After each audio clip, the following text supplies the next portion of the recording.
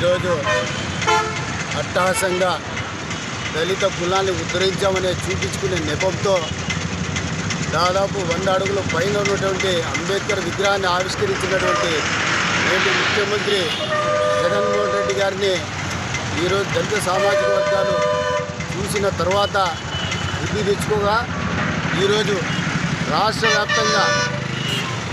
వ్యాప్తంగా దళితులు సిగ్గుపడాల్సిన అవసరం ఉంది.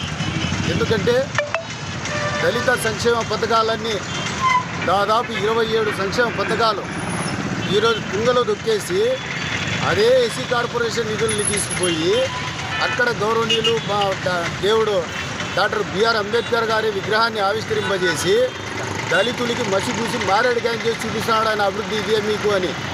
దీన్ని మేము ఖండిస్తూ ఉన్నాం.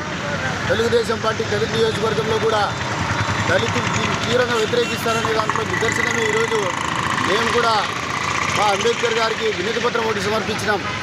మా నియోజకవర్గం ఇన్ఛార్జి గౌరవనీయులు కందికుంట గుణప్రసాద్ గారి సూచన మేరకు ఈరోజు నియోజకవర్గ వ్యాప్తంగా దళితులు వినతిపత్రాలు సమర్పించడం జరుగుతూ ఉంది.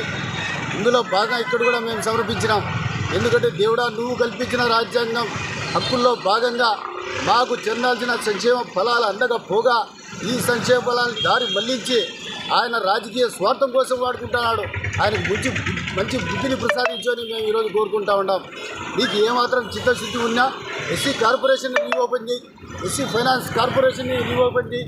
ఇవన్నీ చేసి దళితుల సంక్షేమం దళితుల వాకిళ్ళ ముంగిల్లోకి తీసుకొని రావడం అనేది నీ ప్రధాన ఉద్దేశం. దాన్ని పక్కన పెట్టేసి మేమేదో ఉద్ధరిస్తామని ఆయన ఎవరో మేరకు నాగార్జున గారు మాట్లాడతారు. దాదాపు 4,000 కోట్లు దళిత సంక్షేమం కోసం ఖర్చు పెట్టినామన్నారు. సిగ్గుపడాల నాగార్జున గారు ఈ మాట చెప్పడానికి. ఒక దళిత కులాల్లో పుట్టిన వ్యక్తి ఈరోజు నువ్వు ఆ మాట ఏ విధంగా చెప్తావని మేము అడుగుతా ఉన్నాం. అంతేకాకుండా ఏమాత్రం దళిత ప్రజాప్రతినిధులు కూడా గౌరవ మర్యాదలు లేవు. పక్కన చేరేసి కూర్చోబెట్టుకుంటే మర్యాదలు పోతాయా, లేదంటే కిరీటాలు కింద పడిపోతాయా మేము అడుగుతా ఉన్నాం. మోకాళ్ళ మీద కూర్చోబెట్టుకుంటాం, కొంతమంది నిలబెట్టుకుంటాం. నువ్వు ఇస్తున్న సామాజిక స్వేచ్ఛ ఇదేనా వాళ్ళకని మేము అడుగుతా ఉన్నాం.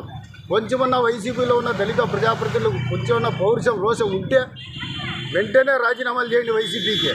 ఇది మేము డిమాండ్ చేస్తూ ఉన్నాం. అంతేకాకుండా దళిత సంక్షేమాన్ని ముందుకు వచ్చిన వైసీపీ ప్రజాప్రతినిధులు నిలదీస్తాం.